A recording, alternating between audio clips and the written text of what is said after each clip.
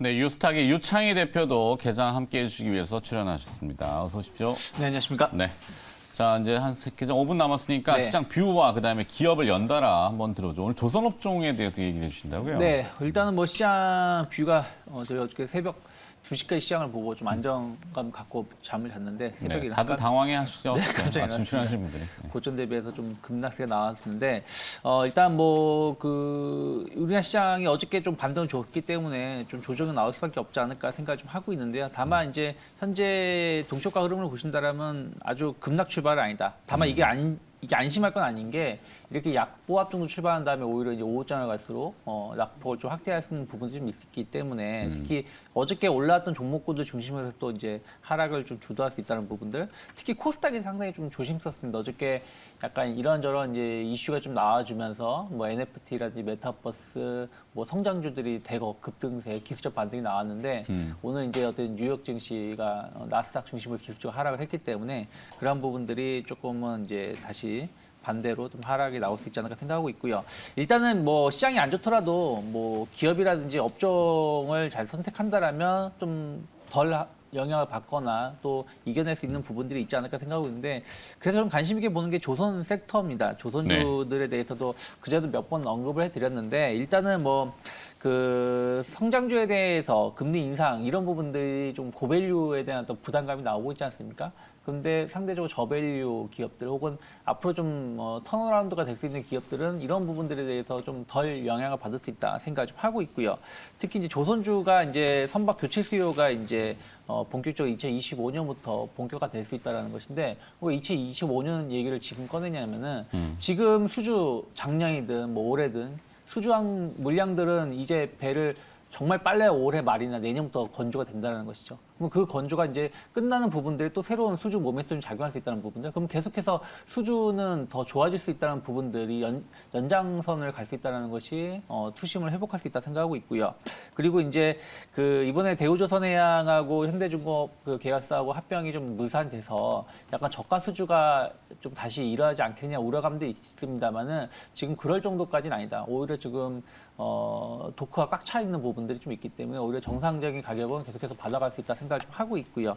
저는 뭐 후판 가격 자체도 좀 안정화되는 부분들, 또 올해 수익성 개선되는 부분들이 물론 아무리 빨라도 3분기까지는 실적이 좋진 않을 거예요. 근데 정말 빠르면 3분기 정도서부터는 정상 실적이 보여준다는 어떤 기대감들이 확인된다라면 저는 조선주들은 먼저 움직일 가능성이 높다 생각을 좀 하고 있습니다. 그래서 그런 측면에서 보신다라면 일단 뭐 현대미포조선 같은 경우는 현대중공업 계열에서 뭐 전 탑픽 종목으로 좀 가져갈 수 있지 않을까 생각을 좀 하고 있고요. 그리고 HSD 엔진 이번에 이제 현대 중공업 계열하고 대우조선해양이 합병이 이제 무산된 부분들이 좀 있기 때문에 HSD 엔진이 그런 것에 대해서 반사이익을 누릴 수 있다는 기대감이 있죠. 왜냐하면 엔진 관련해서는 현대중공업이 내재화되어 있는 부분들이 좀 있었기 때문에. 그리고 그제도 한번 뭐 추천주로 한번 말씀을 해드렸었는데, 뭐 한국카본 같은 경우도 뭐 LNG선 이런 부분들 관련해서 어떤 계속해서 기대감 가져갈 수 있지 않을까 생각을 하고 있습니다. 네, 본행제 네. 쪽 얘기들 많이 하더군요. LNG 운반선도 그렇지만 LNG를 연료로 쓰는 그 엔진 개조 사업도 지금 많이 얘기들 하잖아요. 네. 네, 청정에너지를. 하여튼 그 조선업종에 대한 얘기를 좀 들어봤고, 자, 2분 남았으니까 동시효과 상황을 봐야 될 것 같습니다. 기업은 이따가 네. 계산하고 봐셔야 되고. 동시효과 접수는 어때요? 전체적으로는 좀 무겁고요. 어제의 그 반등 폭을 뭐 다 내놓지는 않을 것 같아요. 어쨌든 뭐 환율도 좀 한정되고 뭐 여러 가지 좀 반등을 하려는 이제 그런 수급들이 조금 이제 포착이 됐기 때문에 거래 대금도 어제 좀 뭐 얕은 상황에서 좀 만들어낸 그런 거기 때문에 지금 매도세는 상당히 없는 상태거든요. 그런 증권사 고지들 뜨는 게 뭐죠? 이게 그 환불 자금 이체와 관련해서 시스템이 좀 과부하가 걸린다? 뭐 그럴 수도 있겠네요. 뭐 네. 그럴 수도 있는 문제는 뭐 이게 큰 문제는 아닐 것 같고요. 아, 그래요? 그게. 그건 큰 문제는 아니고. 예, 일단 뭐 동시효과 쪽에서는 뭐 LG 화학이 뭐 한 3% 큰 상승, 그러니까 큰 상승은 아니겠습니다만 그래도 좀 불을 켜고 있고. 호가가 좀 강하게 들어오나요? 예, LG 그리고 화학이? 이제 머크의 몰루피라비르 그 네. 제품명이 뭐 무슨 브리오드인데 어쨌든 네. 지금 한미약품과 또 셀트리온이 맞기로 했다라는 좀 제조를. 예. 그 이제 위탁 생산이죠. 일종의 라이센스 생산이니까요. 뭐 얘기가 좀 나오면서 셀트리온과 한미약품, 뭐 한미사이언스 뭐 이런 종목들, 그리고 코스닥에 있는 이제 셀트리온 형제들도 오늘은 좀 뭐 강세 출발은 예상되는 그런 상황입니다. 근데 셀트리온은 뭐 이게 문제가 좀 아닌 것 같고 어쨌든 계속해서 좀 발목을 잡혀 있는 이제 그런 노이즈는 좀 있는 것 같고요. 전체적으로는 좀 파란불을 킨 종목들이 굉장히 많고요. 특히 좀 걱정을 했었는데 SK 하이닉스가 뭐 마이너스 2.4% 아무래도 미국의 좀 메모리 반도체 관련된 종목들의 좀 비슷한 선상에서 출발 상황은 조금 좀 약한 출발이 좀 예상되는 상황입니다. 그리고 뭐 전체적으로는 뭐 바이오 몇몇 종목들이 뭐 상승할 것 같기는 한데 뭐 치료제 관련돼서 아무래도 조금 부각은 되는 것 같아요. 근데 뭐 강한 상승은 좀 아닐 것 같고 일단 시총 100위권 내에서는 거의 대부분의 종목들 한 10개를 제외하고는 거의 대부분의 종목들이 하락 출발, 좀 무거운 출발이 예상되는 상황입니다. 네. 자, 개장 준비 들어가겠습니다. 유창희 네. 예, 대표의 기업이 있잖아요, 오늘. 네. 오늘 뭐 포스코 인터내셔널을 좀 선정을 좀 했습니다. 전 포스코 계속해서 인터내셔널. 좀 당분간 좀 주목을 해야 될 것이 인플레라든지 이런 부분들에 대해서 관련된 섹터, 관련된 기업들에 대해서 주목할 필요가 있다 생각하고 있고 포스코 인터내셔널 같은 경우는 뭐 원자재 천연가스라든지 뭐 철강 뭐 이런 부분들에 대한 트레이딩 수익 상당히 좋아지는 부분들이 좀 있다 생각하고 있고요. 그리고 이제 제가 지난주에도 뭐 필수 소비재 이런 거 말씀드렸었는데 팜이라든지 이런 식품 관련돼서도 포스코 인터내셔널이 상당히 좀 트레이딩을 잘 하고 있는 부분들이 좀 있습니다. 그런 부분들에 대해서 또 관심도 가져갈 수 있지 않을까 생각하고 있고요. 그리고 이제 또 주목하는 거, 새로운 성장 모멘텀을 자극하고 있는 것이 이제 그 전기차 부품 구동 모터 코어 쪽이거든요.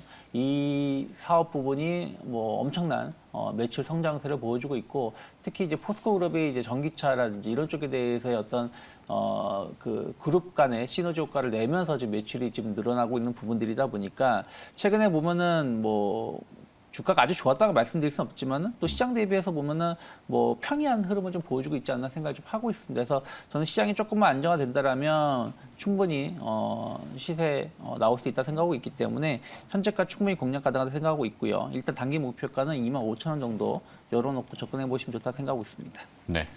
자, 포스코 인터내셔널을 유창희 대표가 얘기해 주셨는데 시세는 오늘 조금 무겁긴 한데 그래도 미리 자원 관련돼서로 또 볼 수 있잖아요. 네, 그렇죠. 그리고 또 지금 뭐 주목해야 될 게 그 비철 금속 쪽, 뭐 은이라든지 니켈이라든지 뭐 구리라든지 이런 쪽이 계속해서 좀 우상향 기조를 보여주고 있거든요. 네, 오늘 아침에도 그 시세가 강했어요. 네, 그런 부분들이 또 이런 상사주들도 또 강점을 가질 수 있기 때문에 그런 것까지 같이 연관해서 좀 바라보시면 좋지 않을까 생각하고 있습니다. 네. 자, 그리고 또 한 가지 이제 그 아침에 일발단전에서 가상화폐 시장 얘기를 해드렸는데 가상화폐가 비트코인이 지금 5천만 원, 국내 시세로는 좀 이탈이 된 것 같은데 해외 시세로는 4만 달러는 아직 유지되고 있고 그 재료가 아마 러시아 중앙은행이 비트코인 채굴과 그 유통에 대해서 막아야 된다라고 역설적으로 얘기했다는데 그 재료는 어제 저녁에 외신으로 나온 재료고 그 당시만 해도 비트코인이나 가상화폐 시장은 움직이지 않았어요. 오히려 올랐어요. 있었죠. 네. 러시아 같은 경우는 이 가상화폐 연간 거래 규모가 50억 달러로 전 세계에서는 한 가장 적절로 가상화폐를 좀 사용하고 있는 나라 중에 하나죠. 또 비트코인 채굴도 세계에서 한 세 번째 규모로 크고 그러다 보니까 러시아 중앙은행이 스스로가 조금 그걸 얘기했는데 좀 역설적인 것 같아요. 근데 오늘 그래서 그 시세 연동해서 아침에 조금 출렁임이 있는 것 같은데 제가 봤을 때는 좀 더 지켜봐야 된다. 네. 이 정도. 뷰.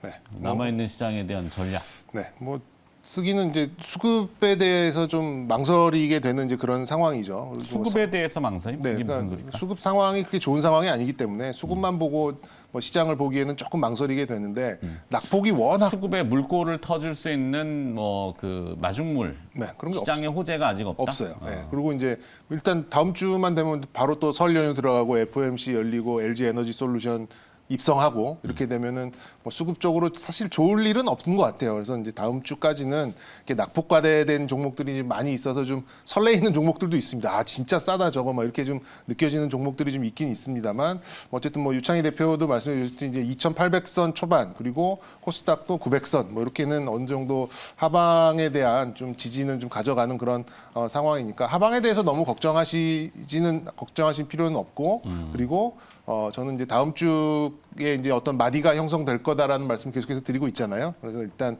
좀 지켜보시면서 너무 이렇게 급하시지 않게 뭐 좀 매수를 하시더라도 저는 설 지나고 좀 적극적인 상황을 봐서 적극적인 행보에 나섰으면 좋겠다라는 말씀 좀 드리고 싶고 일단은 지금은 좀 학습을 하는 시간일 것 같아요. 그래서 좀 관심 종목들 좀 재편하시고 이렇게 좀 액션보다는 좀 학습을 하는 시간으로 좀 보내셨으면 좋겠다라는 말씀을 좀 덧붙이고 싶습니다. 네. 시간이 다 듣는 됐네요. 니ュ앙스는 뭐 나도 모릅니다. 네, 이러고. 그냥 빠른 직구로 지켜보십시다. 뭐 이렇게. 네. 알겠습니다. 어쩌겠어요. 시장이 이렇게 되는 거로. 네. 받아들여야지 뭐. 자, 알겠습니다. 하여튼 계장 두 분이 함께 해주셨고요. IBK 투자증권 분당센터 정경민 차장과 유스탁의 유창희 대표였습니다. 고맙습니다. 네, 감사합니다. 맞습니다.